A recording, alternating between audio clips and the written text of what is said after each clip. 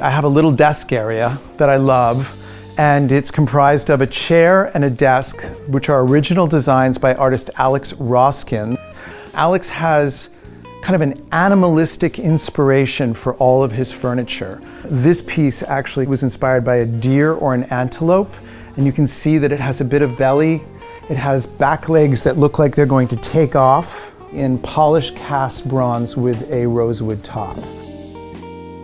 It's accompanied by an incredibly gorgeous chair, which is called the Tusk chair, and it has this elephantine back with these elegant legs. This is in cast aluminum with a bronze finish. Very comfortable, very chic. The chair is actually upholstered in black crocodile from Florida. And it's just a really nice place to come in and sit, do my email, have coffee, and look at the forest.